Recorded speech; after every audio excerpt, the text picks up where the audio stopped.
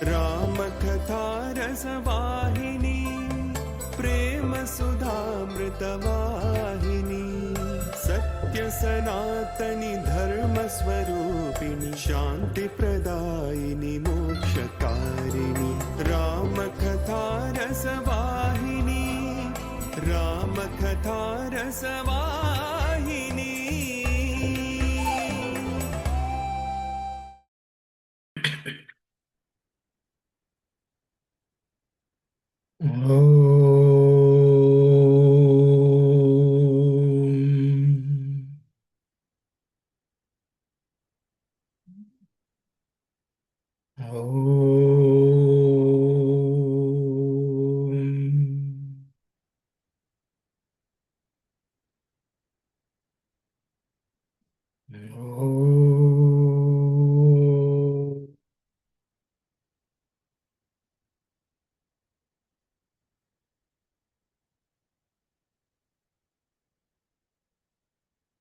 Sai Ram, everyone. Just to recollect where we are in the study of Ramakatha Rasavahini, we have come to the end of chapter 4, where we were discussing the studies of the four brothers. They were learning everything very quickly.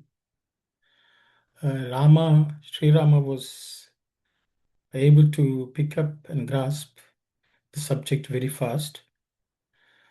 And because of that, the teachers separated the other three brothers into another group and was trying to teach. They were a few steps behind Sri Rama. But Lakshmana was very upset about not being with Sri Rama while learning. So he apparently took some courage to tell the teachers that they would rather forego their studies but be with Rama. Something of that sort. So we were reading. Maybe we will ask Uncle Gopalan to read this slide, and then we can proceed. Sai Ram. Lakshmana, Bharata, and Satguna too learned their lessons admirably well, but they pined for the company and comradeship of Rama so much that as soon as Rama was out of sight, they lost interest in the study and in the duties towards their teacher. As a result, they could not catch up with Rama.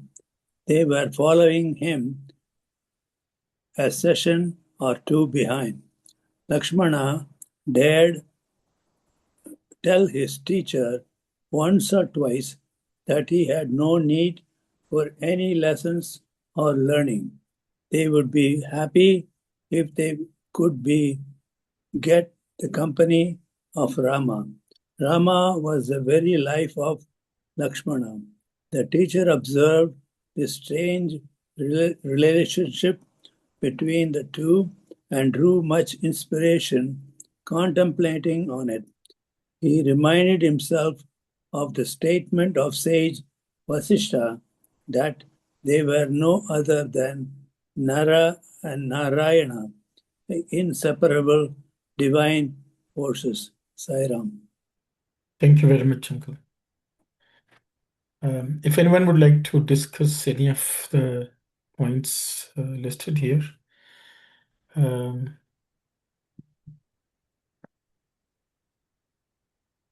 questions?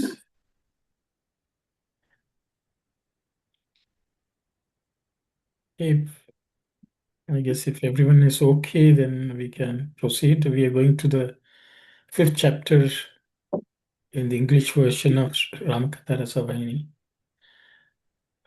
But I think the Telugu version, we are still somewhere in the 4th chapter. But we'll continue. Uncle, you can read. The brothers lived in the preceptor's house and served him with devotion.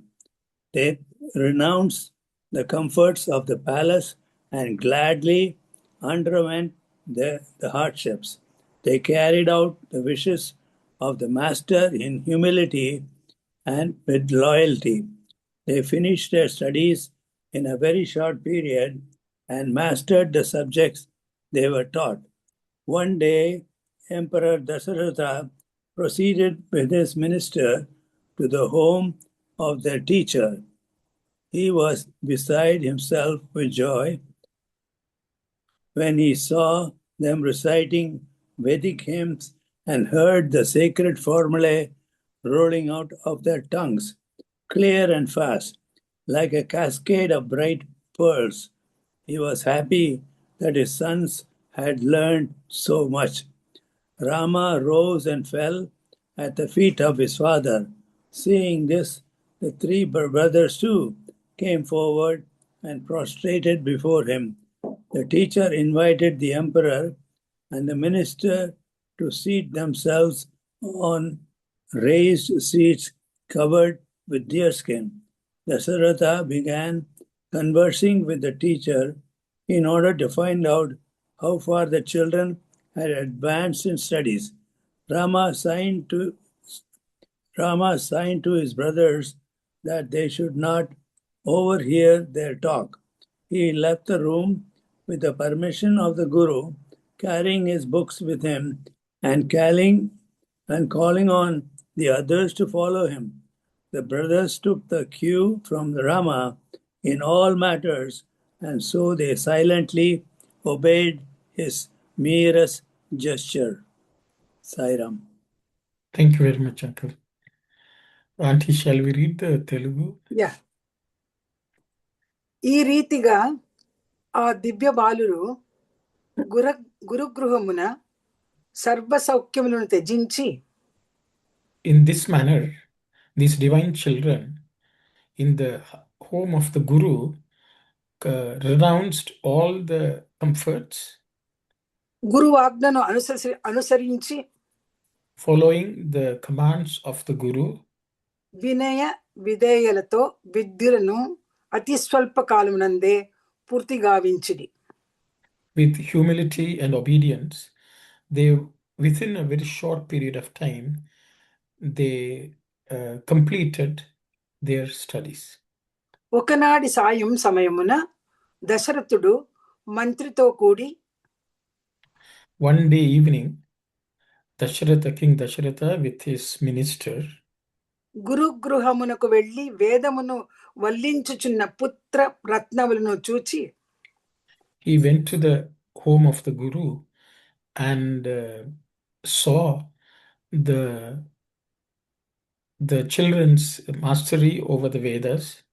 వారి ముఖార విందముల నుండి వెలబడు ముత్యముల వంటి స్పష్ట పదములను The pearl-like words which were flowing from their mouth, the Vedic sounds, Vedic pearls,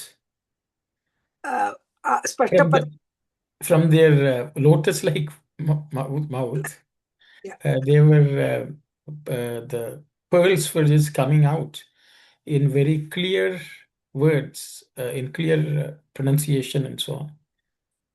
ఆ పదములను విని పట్టలేని ఆనందమును పొందెను. Listening to those words, he was happy beyond words. తన కౌమారులు ఈ స్వల్ప కాలములోనే ఇంత అభివృద్ధి గాచిరాని సంతసించెను. He was happy that his children were able to progress so far within a very short period of time. ఇంతలో రాముడు లేచి వచ్చి తండ్రికి నమస్కరించెను. At this time, Sri Rama got up and came and bowed down to the father. అతను చేసినది చూచి మిగిలిన ముగ్గురు సోదరులు తండ్రికి నమస్కరించి నిలవబడిరి. The other three who saw this also got up and came and bowed, prostrated to the father and stood there. గురువు గారు రాజును సమీపించి The Guru came near the king. రాజును మంత్రిని తగిన ఉన్నతాసనమైన చర్మాసనములపై కూర్చోమని కోరెవెను.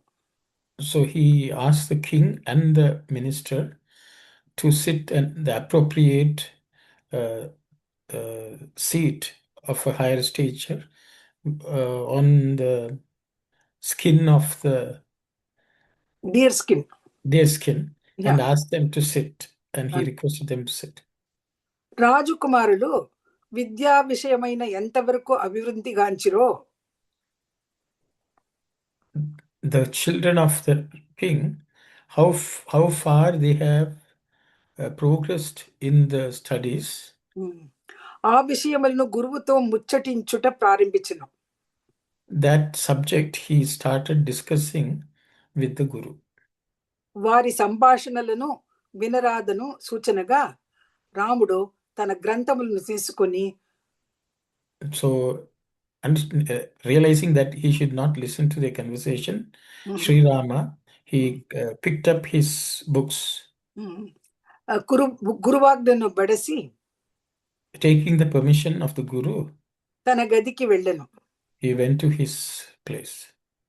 ప్రతి విషయమునందును రాములను అనుసరించు సోదరులు కనుక In every matter, as they follow the actions of Rama, the brothers, అతని మనస్సును గ్రహించి ముగ్గురు సోదరులు వెళ్ళిపోయి understanding his mental, his thoughts, the three brothers also left. Sai Ram. Sai Ram, thank you very much, Auntie. Sai Ram, everyone. I will open it up for any discussions of any of the points here. Swami is very nicely explaining how youngsters should behave, and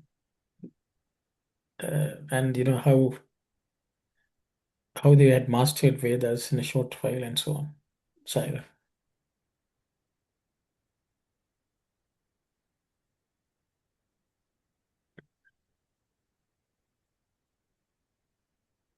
Yes, Brother Rohit. Sai Ram, Uncle. Happy New Year, everyone. Happy New Year. So, I mean, when I read through this, this is obviously talking about the four brothers' education. So, I'm looking at the difference between the education system of then and now. And Swami often has said in discourse that education is not for a living, but it's for life. But I've never actually understood that part. Maybe I'd like to put this question out there because by reading this, I can see how the education of these brothers was so different from what education is now and how they were literally taught how to live life in the future. Whereas Swami says, like, education is more geared towards how to make a living now rather than life. So, um, what does exactly, I mean, how can we follow Swami's teaching here about how education is for life and not for living? Thank you, Sai Ram. Thank you very much, Rohit. So it was a very nice question. So I think the question is, how do we recreate the similar situation in our lives in the modern age, wherever we are living? Anyone who would like to share your thoughts, please?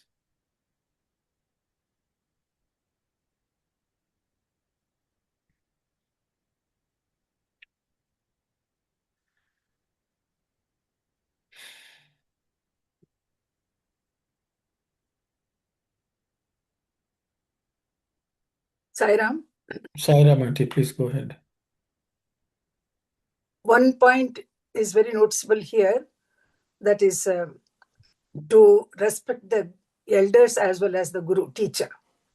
That part of it is totally absent nowadays in families, especially in universities and colleges, except Swami's institutions. Maybe what I have heard these days is the teacher is not at all respected, and he is put to all kinds of shame while teaching. And now the teacher's position has become very, very, very delicate. So nobody wants to take up the position of a teacher.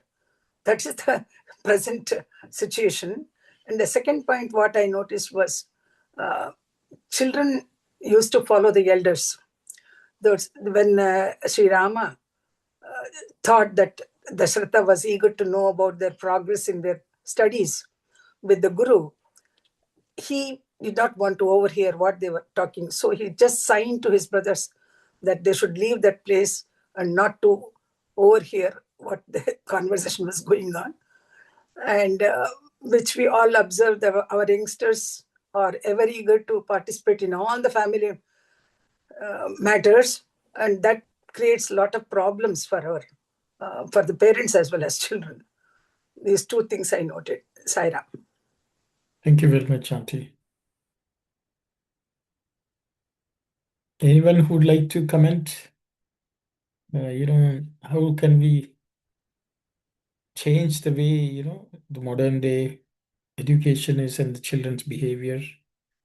And as Rohit said, education for life, what can be done is a question.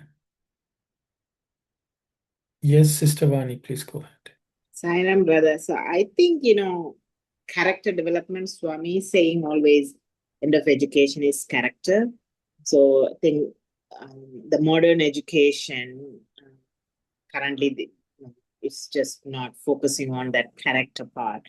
I think it falls on the parents, mostly, I think, to make sure that their children's character is good and, enrolling in Bal Vikas program, SSC, things like that. But the modern education is not focusing on the character, and that's what Rama depicts as, Dharma. That what is the Dharma of this education is about, incorporating human values and character development. Thank you very much, sister. Anyone else?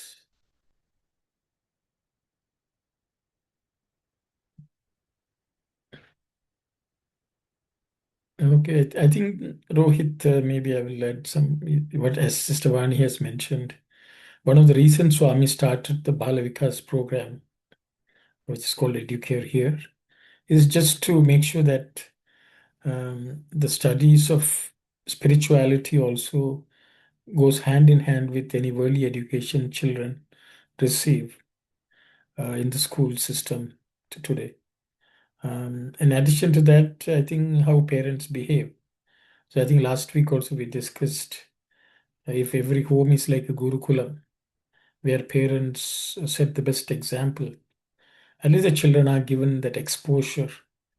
I understand modern day world, it's huge challenge for parents to somehow recreate this ideal environment where some of the good qualities are learned.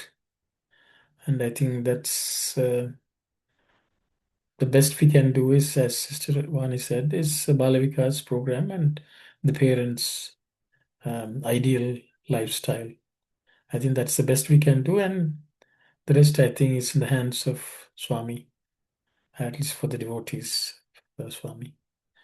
I think that's all I could say. This one of the reasons Swami was very insistent, even in his own school systems which he established, that it should be completely residential and children should learn to coexist with lots of respect for the teachers and so on.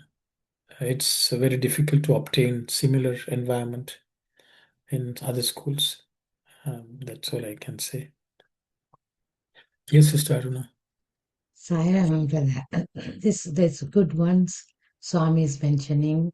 To learn or gain knowledge, you have to go any hardship and you have to obey the master, kind of. But what I trying to understand here is, how the teachers were invited and they were asked to sit on the seat covered with a deer skin. Is there any meaning for that deer skin here, please? Any significance behind of it? Thank you, Sai Ram. Sai Ram, sister. Anyone would like to comment on the skin part? Sai Ram. Sai Ram. This we have already discussed in the last session, I mean, a few sessions ago. The importance and significance of deer skin is given. It says that, deer skin doesn't, it protects the prana, while meditating, the prana, it has to go up, so it prevents the prana being going down to the earth.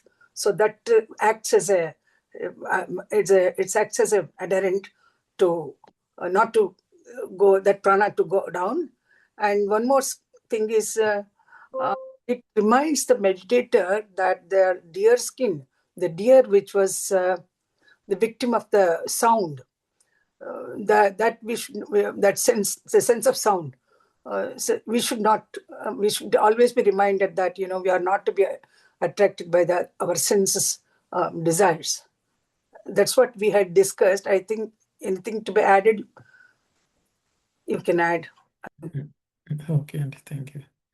Yes, sister, I think it's a standard Sure, Auntie. seating arrangement in, I think even Dhyana Vahini Swami has already covered how, we should sit. What should be put on and what should be put on top of that and so on. The animal quality to go down, that one of the thing. It's one of the things, that there's a symbolism there also. And I think Swami's mentioned a white sheet on that and things like that. I think they are also, we had discussed in detail. Yeah. But generally, it's in the ashrams, they keep the deer skin, that's their seat. And they don't have any other comfort. No silken sheets and things like that, which may be found in palaces. So they led a very simple life, just like any forest dweller. So I think that there is some spiritual significance in ashrams, as Auntie has mentioned. And it's also that's only seating available in the forest, not unlike a palace in an ashram. Thank you, Sai Ram.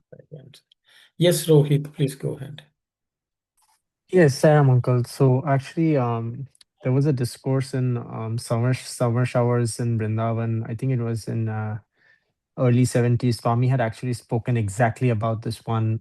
I have that. I'll just like to read that, what Swami had exactly said. So Swami says, um, the Devas wanted to get the deer, but they were unable to do so. They could get hold of the skin of the deer, so they brought back the skin. In the skin of the deer, there are three colors, namely Shukla, white, Krishna, dark, and Babru, brown. These three colors have been identified with the Rig, Yajur, and Sama Vedas. This is the reason why the master of ceremonies in a yajna sits on a deer skin. This is symbolic of the fact that the ceremony represents God, and thereby they want to get God's grace. Since God likes Veda and mantras, our rishis have regarded the skin of the deer as something which is pleasing to the Lord. It was their belief that God is pleased with the deer skin, and therefore, by having the deer skin with them, they thought that they would please God and obtain His grace. This is Swami's discourse I just read. Thank you, Sai Ram. Thank you very much. It's, I think, 1974, Swami gave a series of discourse on various Vedic subjects. I think that's where you're getting it from. Thank you very much, Rohit. I have a comment. Yes, uncle, please go ahead. When we use the deer skin, isn't the killing of deer is involved? So why is that acceptable to kind of kill a deer and use the skin? Yeah, it's a good. So, uncle is asking about the violence aspect of getting a deer skin. I think that's the question. From what I understand or what I know, the rishis generally take dead deer's skin rather than kill the deer for the purpose of skin. Because the deers are part of the ashram or their forest dwelling, they generally treat them as their own family members, because there are many rituals in which these deers are used. But they do not necessarily kill a deer for the purpose of skin. That's my understanding. And so that's what I would say. But there is significant, because even clothing sometimes was made of deer's skin in the forest among the forest dwellers. But even Sri Rama and also supposed to have worn when they went to the forest. I think we will come to that. So they never killed the deer for the sake of the leather. I think that's what I would say. So I hope that answers your question. Though there are some people's interpretation is that Vedic times, people were eating meat and they were killing animals. So that's also a school of thought, but Swami has never mentioned in any of his discourses that that was a practice, at least among the rishis and so on. Though the Kshatriyas used to, uh, uh, I think we will come to that later on, Rama, about how Sri Rama and how they were dealing with animals and so on. Sai Ram. Sai Ram. Sai Ram, auntie. Generally, in the ashrams, these deers and all sattvic animals used to roam around. So, and it, as you said, it became a part of the family in ashram. So they were not killed, but they used to die or natural death. Okay.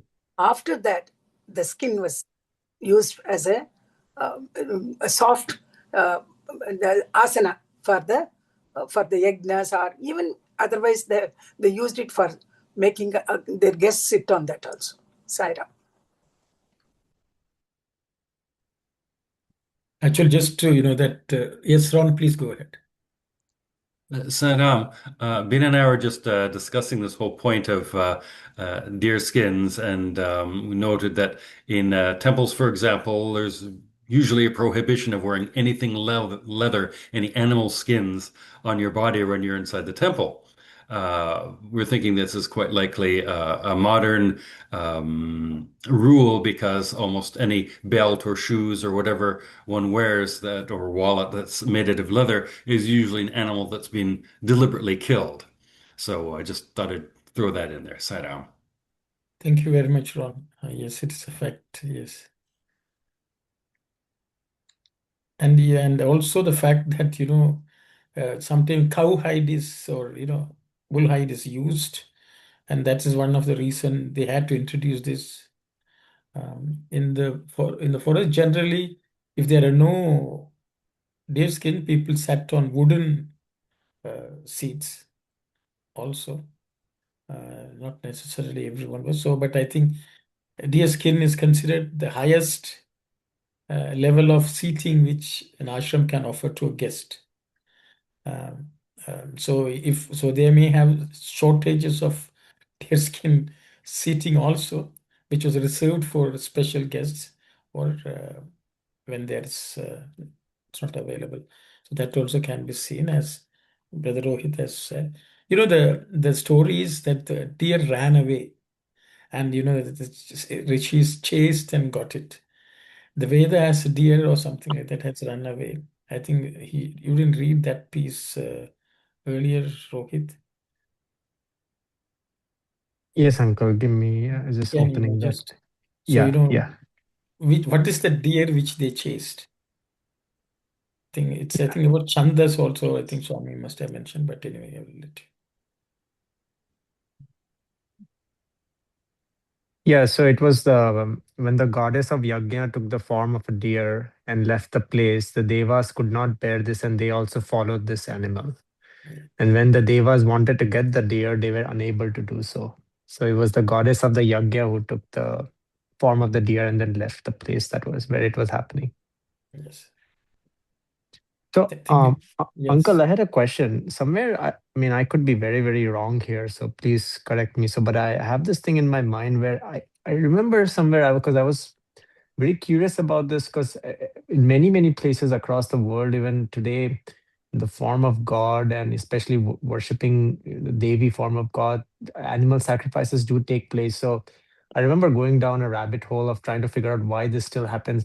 But somewhere I remember reading that it was given in the scriptures that the reason why certain animals used to be offered at the altar of God during worship and sacrifice was because they were helping the soul migrate from a lower form to to a higher form, which is the human form. So the animal that is actually offered in the sacrifice, along with proper rituals and ceremonies and prayers, actually immediately gets a human birth after the sacrifice is made, and so it's like kind of doing good to that soul of the animal which is stuck in an animal form. So I mean, is that something legit, or is that just somebody trying to make themselves feel better about doing something wrong? Okay, it's a little. Yes, Santi, you want to speak? Okay. Okay, a little bit out of syllabus, but I think it's a good question you have brought. See, I think there are a few discourses where Swami is talking about this animal sacrifice. What Swami says in those discourses is that many of the truths in the Vedas are in allegory form. Okay. What Mhm. happens, the animal quality should be sacrificed is what the Vedas signify. But unfortunately, many people go with the literal meaning. And then they say we have to kill the animal. Okay. Even if you take Ashwamedha Yajna, there is a feeling that that horse which is gone is killed Yeah. and its flesh is eaten. Okay, so these are interpretations and translations available. But the reality is the Ashwam is the mind which moves about. That mind has to be killed. Means you should become thoughtless. But unfortunately, some of these principles, which are higher truths already embedded in the Vedic and Upanishadic texts, are literally interpreted by people and they start killing animals. And Swami also in one discourse says, somebody was killing and somebody went and asked him, why are you killing the animal? Then that person said, apparently, no, the animal will go to heaven. Then Swami says, he was asked, why do you want to send the animal to the heaven? Kill yourself or your family members, they will go to heaven. Why do you want to give it to an animal? Okay. So these are sometimes arguments which people give, which is, satisfactory to them. Okay, number one. Yeah, exactly. Yeah. There's another discourse. I think that's what the Samasya was at. Maybe the blue summer rose on the blue mountain. I think I may be wrong. Where Swami is telling that whenever a human being eats an animal, that animal will directly become a human being in its next life. So what happens, Swami says, that's why you have so many people who are not yet mature enough who have become human beings. So then Mm. their entire evolution from their animal stage to human happens through many lifetimes. And slowly, even though in their human form, they're actually growing from a low human state to a higher state through the evolutionary cycle. And Swami had said, and that is one of the reasons population increase, why people are exhibiting animal qualities. All that happens is, I think I will have to search the discourse. So that's one of the Samasya's discourses. I hope. Yes, uncle, that makes more sense now. Yeah, sacrificing animal qualities, I can see how that allegory must have gone so wrongly understood over thousands of years of Kali Yuga. I can see how people would have taken that to their advantage just to feed their own, wrong tendencies. That, yeah. Thank you, uncle. Yes, Sarah. Sai Ram, Sai Ram. I hope if there's nothing else, we can move on. So I think we'll learn more. Sai Ram. Sai Ram, Uncle Gopalan, please go ahead. Vasishta and Dasharatha noted this incident. They appreciated the upright conduct of Rama, his understanding of the trend of the teacher's conversation, and the immediate reaction of humility in which he was an example, an ideal for the three brothers. They were glad they had learned so much discipline. Vasishtha could not contain himself. He said, Maharaja, your sons have mastered all the arts. Rama has mastered all the sastras. He is no ordinary mortal. As soon as I as soon as I began teaching him to recite the Vedas, he used to repeat them as if he knew them already. Only he who has inspired the hymns can repeat them so, not any other. The Vedas are not books which he could have perused while at leisure. They have come down from the Guru and discipline through recitation and listening only. They are not available anywhere except from the preceptor. That is the reason why it is referred as Shruti, that which is heard. It is the divine breath of God that has shaped itself into these mantras. I have not seen so far anyone who has mastered them as Rama has done. Why should I say seen? I have never heard of anyone who has accomplished this remarkable feat. Thank you very much, Uncle. Auntie. Yeah. వారు తమ సంభాషణను గ్రహించి అనుసరించిన రామచర్యను వశిష్ఠుల వారును దశరథుడును గ్రహించి, So when they were conversing, knowing that the action of Rama was followed by the his brothers, noticing this, Sage Vasishtha and King Dasharatha saw that, or they understood that, they were పిల్లల క్రమశిక్షణకు ఎంతో పొంగిపోయిరి. they were overjoyed by the discipline of the children. వశిష్ఠుల వారు ఆనంద హృదయముతో, Sage Vasishtha with the heart filled with joy, bliss, మహారాజా, తమ పుత్రులందరూ సమస్త విద్యలందును పారంగతులైరి. O king, your children have mastered all the subjects, all the vidya.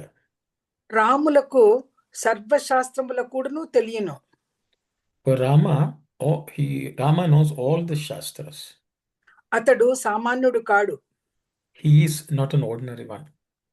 నేను వేద శాస్త్రముల చెప్పుటకు మొదల పెట్టగానే, when I started, just as I was starting the teaching of the Vedas and the Shastras, తనకు దీనికి పూర్వమే తెలిసినట్లుగా, as if he knew this already beforehand, పన్నములను అందుకొనడివాడు. I did not understand పన్నము అంటే ఏమీ. Panna is, I think, maybe పన్నములను అందుకొనడివాడు. He would reach that those meanings are పూర్వమే తెలిసినట్ల పన్నములను అందుకొనడివాడు. I will check and come back. We can come back. వేద పురుషులకే ఇది సాధ్యము కానీ సామాన్యులకు చేత కాదు. This is only possible for people who are Vedas themselves and not ordinary ones. పోని వేదము ఒక గ్రంథమైనను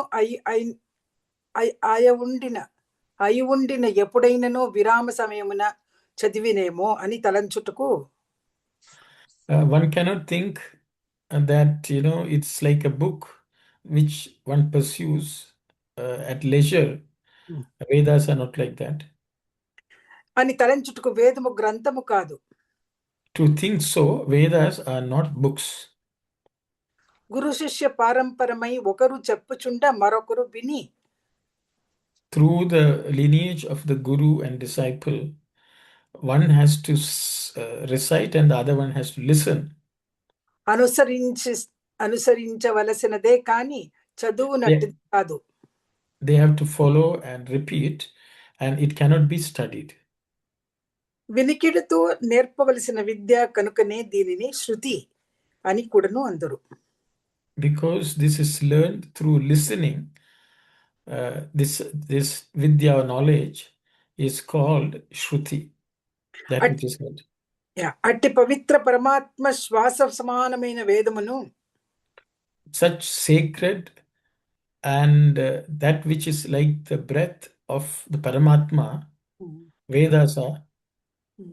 కొన్ని నెలలో పూర్తి గావించిన వారిని నేను ఇంతవరకు చూడలేదు. People who complete learning that within a short while, I have never seen. చూచుటేమి, ఏ చరిత్ర యందు ఇటివారుండని వినలేదు. What about seeing? I have not even heard of such people in the history. చదువలేదు, వినలేదు, చదువలేదు.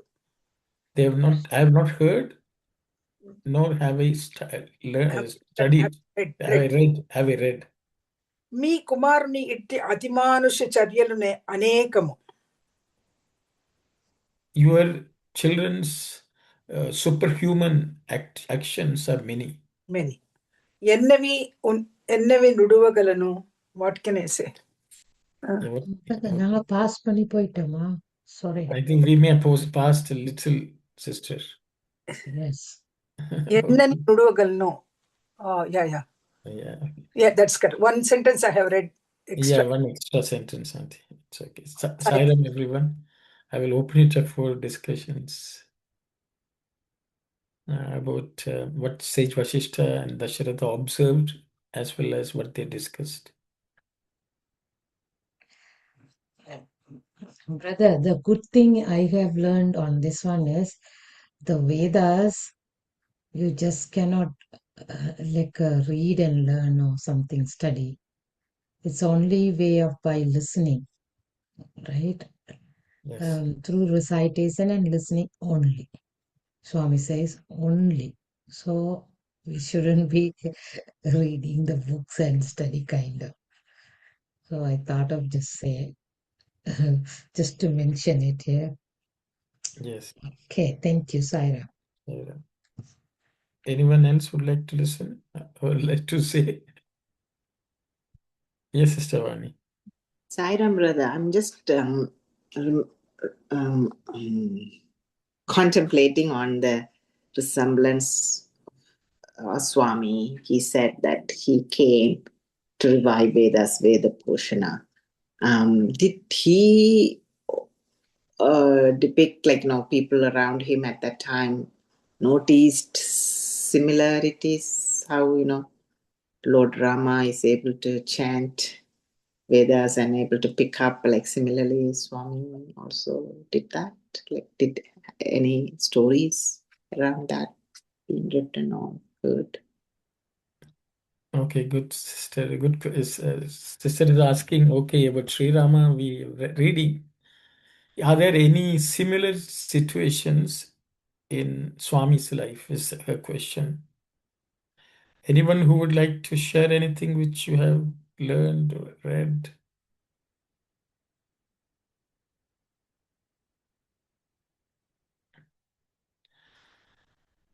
So if What is the question, please, again? the question is, Sri Rama showed that he was a master of Vedas as a student because he's divine. So I think her question is, Sister Vani's question is, are there any instances in Swami's life where that was observed? Brother, all these things Swami is talking. So I don't, So he knows everything, right? He's saying that means he under. But So okay, I'll see what's the others. Thank you, Sai Ram. that is your belief. What Sister Oh, Vani is asking, are there any specific instances? yes, of course, Swami has done Adirudra Mahayagna. Swami conducted, and that is one evidence. And Swami Gayatri chanting, and all those things shows Swami knows everything, kind No, of. no, but Vedas, Swami chanting Vedas, showing his Yes, knowledge of the Vedas, Swami. yeah. Yes, Auntie, Vani Auntie wants to say something. I have never seen Swami learning anything from any guru. That's very certain because we have been with Swami for such a long time. Right from his childhood, he never learned anything from anyone. He is divine, he knows, he is all knowing. Why should he learn Yes, anyone? And yes, the way how he has written Upanishad Vahini, all the Sanatana Sarati, there's those articles which he has written, or the compilation of the Vahini series and the other books also, Swami, what he has written, is totally, he never studied anything, any Upanishad under any guru. How could he know all these things? Did he go to any university? Did he go to any teacher, Sanskrit teacher? He quotes Sanskrit like anything. He quotes from Vedas, all the quotations. So he is Veda Purusha. But that's why we call him Veda Purusha. He himself is the composer of all the Vedas. So yes, I don't think there is any incident which, right from childhood, what I have observed so far, I mean, when I was young, uh, I don't think so. I don't think he learned anything. He knows everything. Sai Ram. yes, yes. Thank you, Sai Ram. Sai Ram, Ron, please go ahead. Sai Ram, in answer to Sister Aruna's question, the only thing that comes to my mind is from a long time back reading Satyam Shivam Sundaram in terms of description of when Swami was going through his transformation and declared himself Sai Baba, threw away his books, and he was behaving very strangely. I recall there was a situation in which he went to a Shastri rather, who was considered to be quite the expert, I think, on the Shrimad Bhagavatam. And Baba just asked him question after question after question on very tiny details of who's related to who and so on and so forth. And Swami knew the answers immediately, but this guy was absolutely dumbfounded, and he had no idea how this 13 or 14-year-old boy could know these things, which were very obscure. But that's all I recall. Sai Ram. Sai Ram, thank you. Yes, Rohit, please go ahead. Sam, uncle, there's actually one event. I did not get to see it because it was much before when I came to Earth. So it was actually in 1961 in the Veda Purusha Sapta Yagya that happened there, Gyani Yagya. So the story goes that when the senior Vedic scholars had arrived to conduct the rituals, Swami, who was still in his 30s at that time, if my math is correct, so Swami actually corrected them on several technical and ritualistic details that usually you would need to be very experienced, and then quite a few decades of experience you would need to know that much. Swami actually gave specific instructions to the pandits on how to construct the sacrificial altars and what materials are needed and how the everything should happen. So that time, that the renowned scholar Sri, I think Ganapati Shastri was there at that time. So at that time, Sri Ganapati Shastri actually declared Swami to be the Veda Purusha after this, because of Swami's how Swami knew everything there is to know, even though Swami was so much younger compared to all the Vedic scholars there who had come to conduct the Veda Purusha Sapta Yagya. So that is one incident where Swami actually demonstrated, which had a visible reaction from the crowd around, including getting named as the Veda Purusha, as Mani Auntie had just mentioned. So that was Sri Ganapati Sastri. Thank you, Sarah. Thank you very much. Yes, Sai Satish, please go ahead.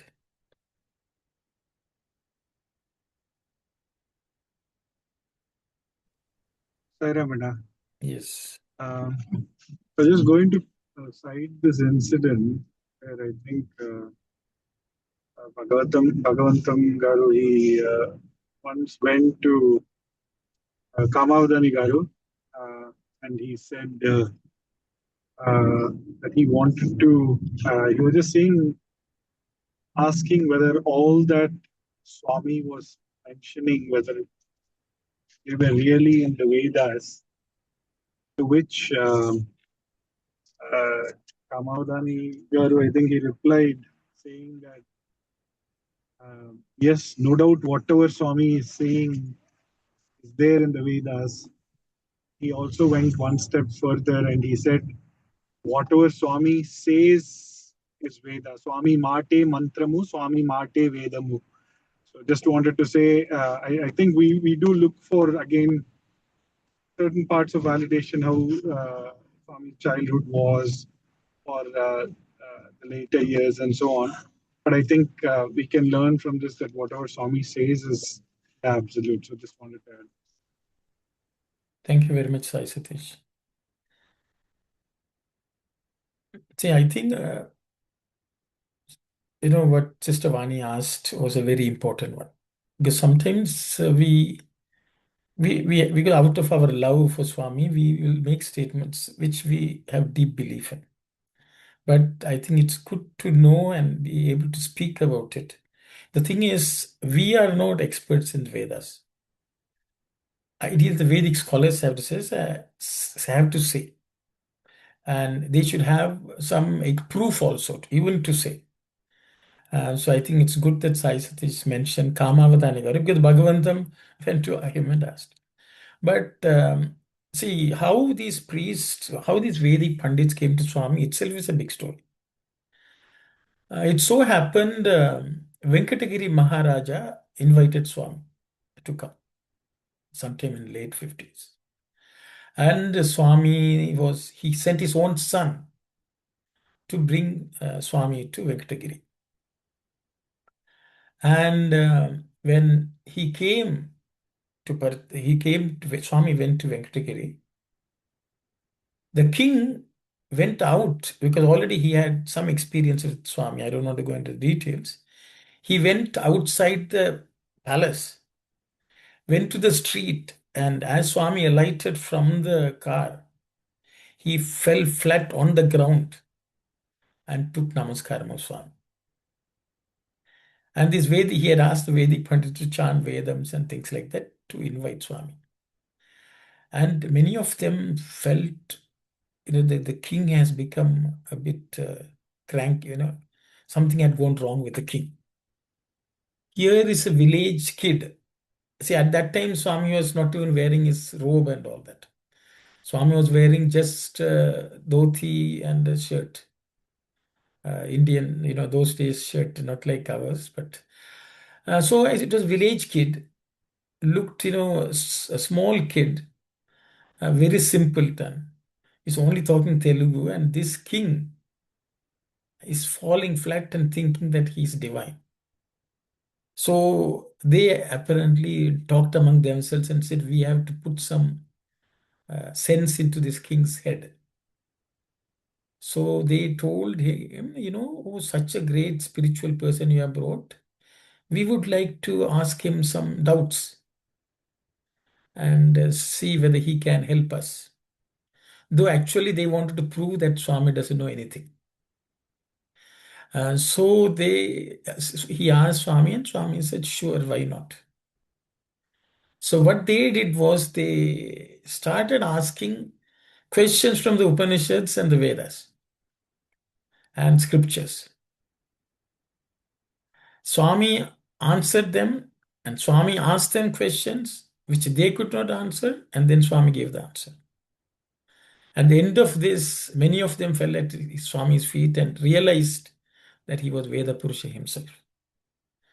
And that is how many of them started coming to Bharti, and that's how Swami is the first organization which Swami established, with these Vedic Pandits is called Prashanti Vidwan Mahasabha.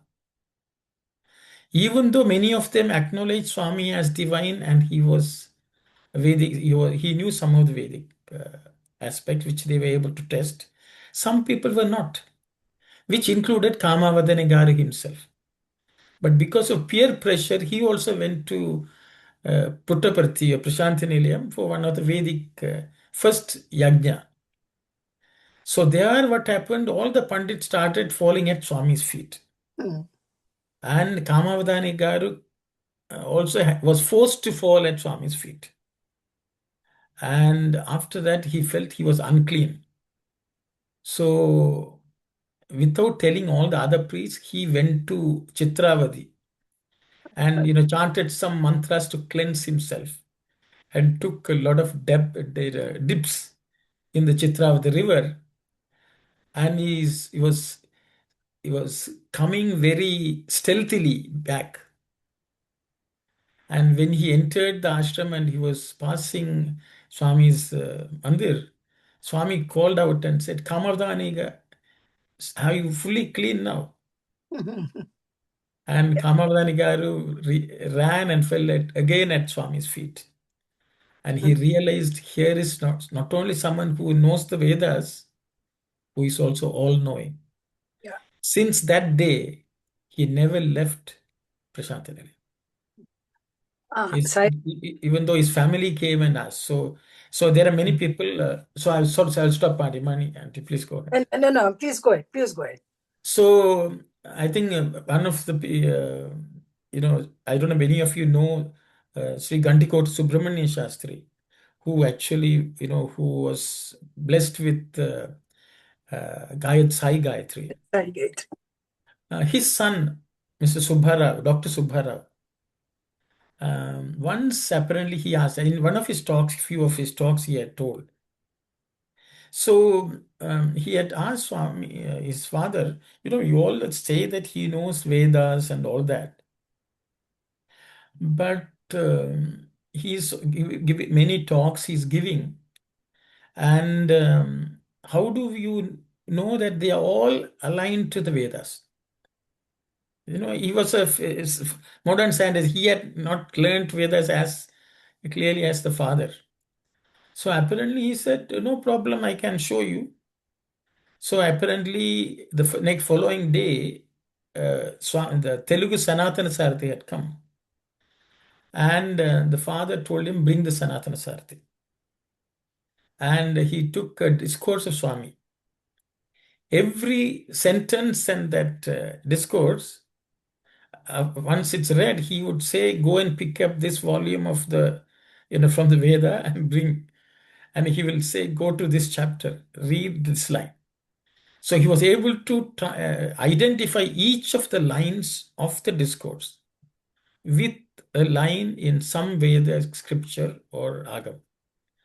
So these are Vedic Pandits who have declared, and that's how Brother Rohit was telling, when they were so impressed and they wanted to create this Vishnu, they wanted to worship Swami as Vishnu. So they got this Adishesha made in wooden. And one day, they had this celebration of, the Veda Purusha himself is here. And they made Swami sit on it. And all of them did some pujas and recited Vedic chants, saying that, Swami is Veda Purusha. So ever since that only, that yajna was called Veda Purusha Saptaha Yajna. So in Swami's life, the first set of people who were Vedic scholars, they are not only Ghanapatis, but they are also, in terms of meaning, understanding, they were scholars. And they have proven and talked about it so much. So I will stop here.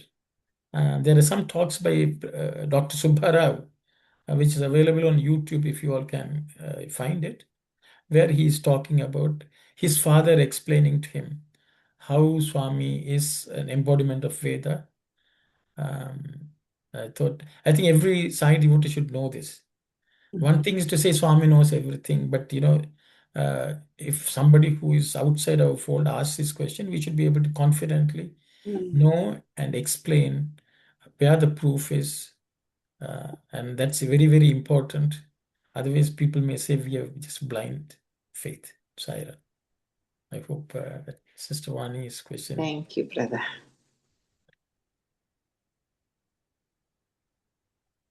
Iram Auntie, you wanted to say something? I would Yeah.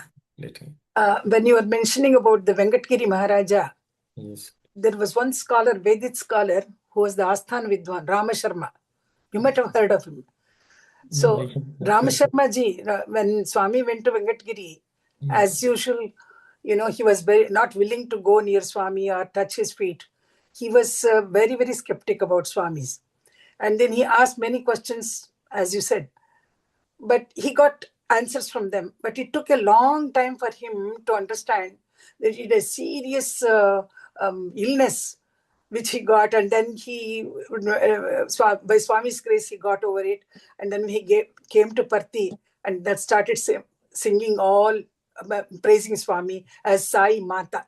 First time, he was the one who addressed Swami as Mata, the divine feminine form.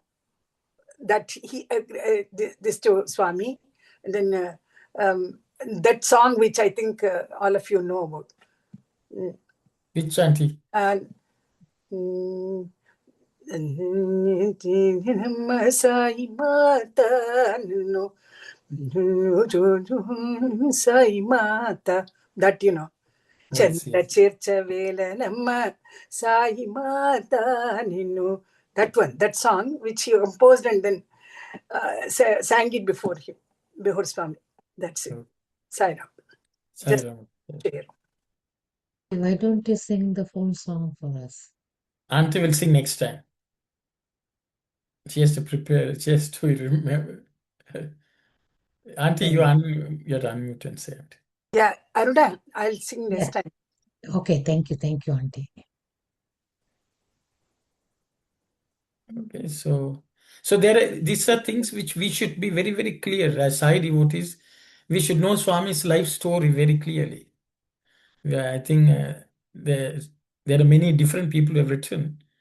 I think we all should know, and we should, because that's something which is necessary for our own faith to become very deep and unshakable. Our own experiences are also there, but when we talk to others who may ask us questions, it's nice to be able to explain from Swami's life various situations. So both are equally important. Sai Ram. If I don't know whether anyone else has any other questions or comments on what we read.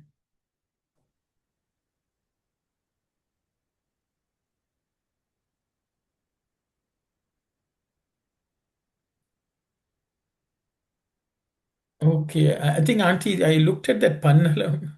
Pannalam Andukon, it means he's the one who accepts all the vows of people. Pannulu, oh. Oh, yeah, Pannamulanu. Ah. Yes. So it's not only he's a master because he's the one who receives from everyone the knowledge, what they offer, chanting, something of that. Requests, all the requests are granted by him. Yes. Something. He's the one who accepts the request. Yeah.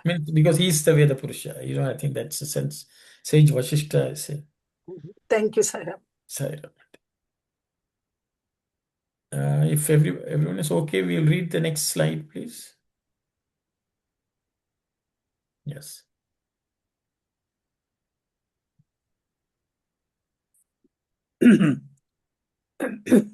I can tell you of many more superhuman achievements of your son Maharaja. When I think of my good fortune in securing these boys as my pupils, I feel it is a reward for the asceticism I practiced so long. They need learn nothing further. They have now to be trained in bowmanship, archery, and similar skills appropriate for a royal princess. They have completed the studies under me and become efficient in all I can teach. The day too is very auspicious. Take them back with you to the palace. At this, Dasharatha, who was afflicted for months with the pain of separation, shed tears of joy. He could not contain his delight. He turned towards the minister by his side and directed him to convey the good news to the queens and asked them to come over to the hermitage with the offerings that the pupils have to present to the preceptor while leaving his custody. Sumantra proceeded very fast to the palace and communicated the news. He got ready the gifts and returned quicker than anticipated. Sai Ram. Thank you very much, Uncle. Sai Ram Auntie. Sye Raa మీ కుమారుని ఇట్టి అతిమానుష చర్యలను అనేకము. The superhuman actions of your son are many. ఎన్నని నుడవగలను? What can I say? మహారాజా, ఇట్టి పిల్లలు నా శిష్యులగుట నా తపఫలమే కాని వేరు కాదు. O king, to have such children as my disciples is the fruit of my tapas and nothing else. ఇక వారు నేర్పగలిగిన విద్య లేవియును లేవు. Hereafter, for them, there is no other subject left for them to learn. రాజధర్మమును అనుసరించి ఇక అస్త్ర శస్త్ర విద్యులు నేర్పవచ్చునే కానీ following the Dharma of the kings, they have to learn the archery and other use of other weapons. నా చెంత ఉండి తెలుసుకొను విద్యలు పూర్తి అయినవి. Whatever they can learn from me are complete. ఈనాడు ముహూర్తము కూడాను మంచిదిగా ఉన్నది. Today, the auspicious time is also very good. వచ్చిన తమరు ఒకే పరి పుత్రులను వెంటబెట్టుకొని వెళ్ళుట మంచిది. Because you have come here, it may be good for you to take all your children along with you. అని వశిష్ఠుల వారు సెలవీయగానే తక్షణమే పుత్ర వియోగముతో బాధ నుంచుచున్న దశరథుడు. So as soon as sage Vasishtha said this, King Dasharatha, who was suffering from the separation from his children, with great joy, దశరథుడు ఆనందమును పట్టలేక నేత్రముల నుండి బిందువులు జల రాలి ప్రక్కనే ఉన్న సుమంతునితో తెలిపి. So the king was so overjoyed, could not stop the tears falling from his eyes, and he looked at the minister Sumantra, who was next to him. రాజభవనంకు వెళ్ళి రాణులకి వార్త తెలిపి, go to the palace and tell the queens this news.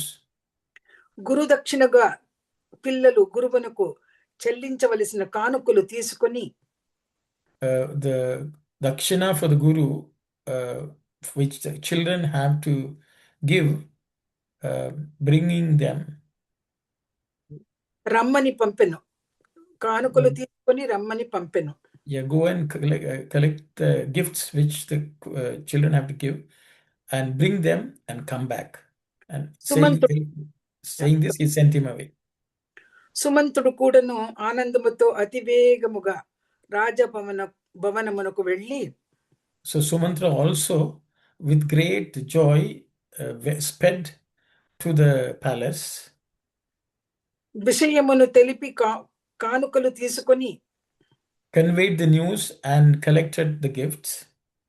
అనుకున్న దానికంటేను శీఘ్రముగా వచ్చెను. He came back so quickly than expected. Sai Ram. Sai Ram. Thank you. Sai Ram, everyone. Any points which you would like to discuss? Yeah.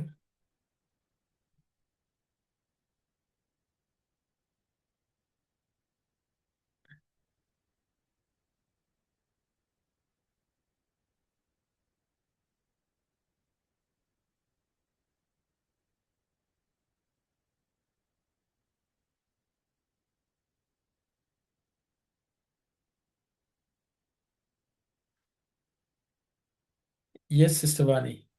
Sai Ram brother, I just wanted to note here that Vasishta himself is saying that superhuman activities that performed by achievements by Shraddha's sons. So I think it's not that he just noted Rama's achievements, but he's also noting the other three, and even then I think the Shraddha is still not, I guess, understanding that they are all divine or superhuman even at that point in time. Yes, Sister. I think his personal attachment also may have been a reason that he couldn't. Also, I think in the past, he didn't seem to have noticed anything divine or anything like that, the way Queen Kaushalya had seen. So that's right, that's true. Anyone else would like to share any thoughts, please?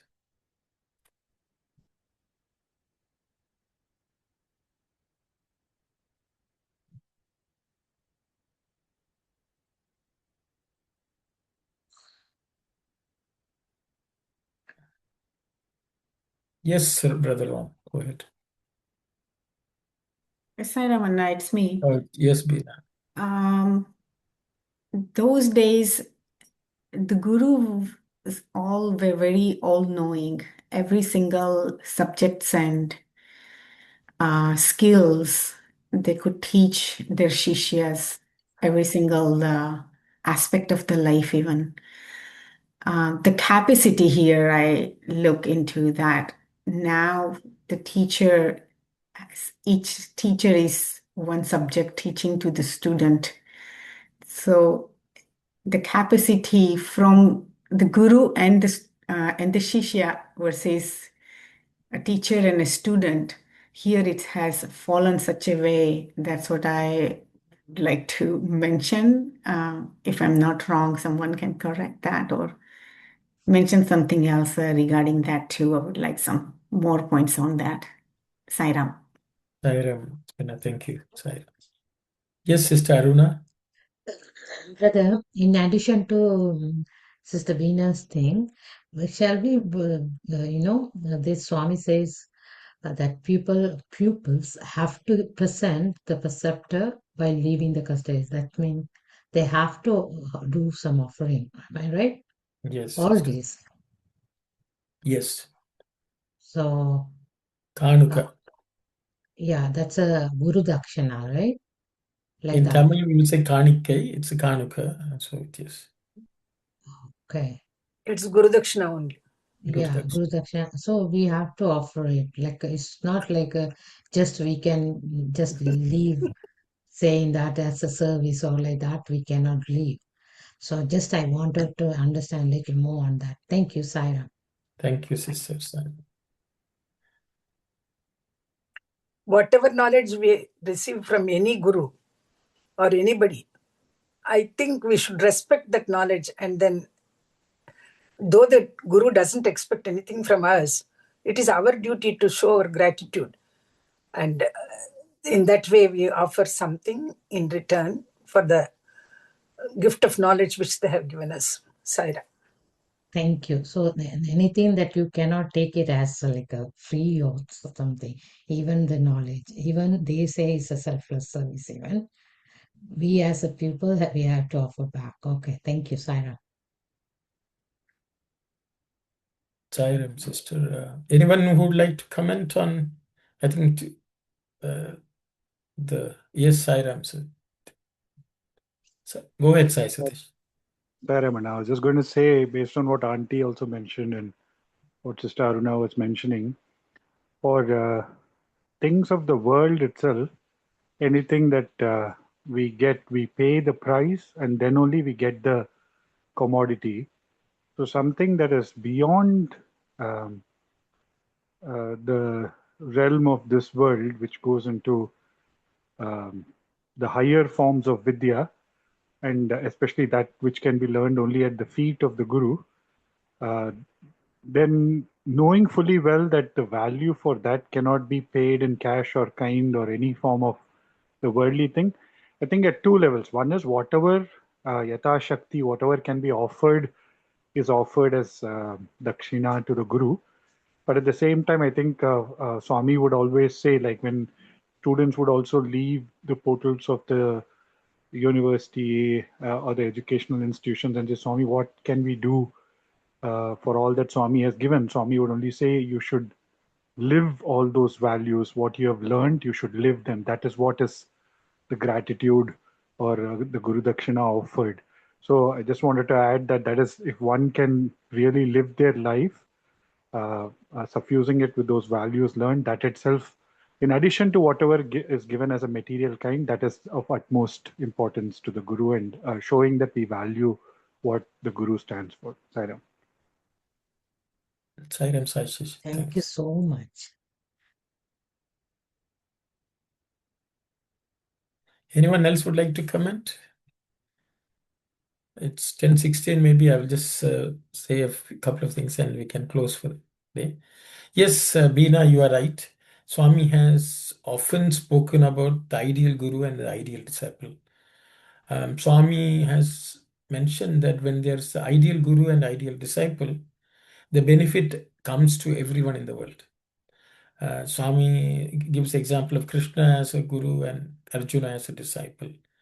And later on also we are going to discuss Vasishtha and Rama having other discussions.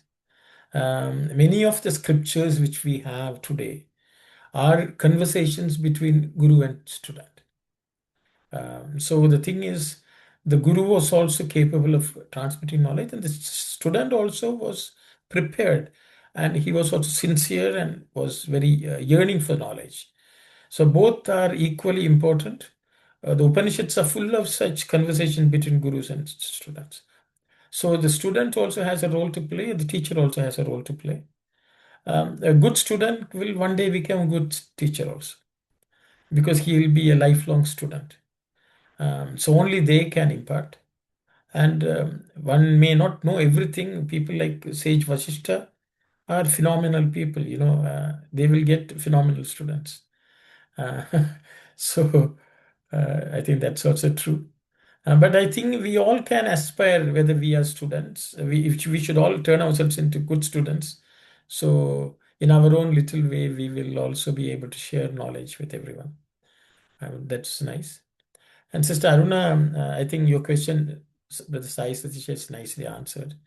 So the rina, the debt to rishis and any guru rishis, people who teach, is twofold. One is practicing it, continuing to study, and also sharing the knowledge. Is a few ways we can repay to the guru. The knowledge itself, because that knowledge is priceless. You cannot give a value to it.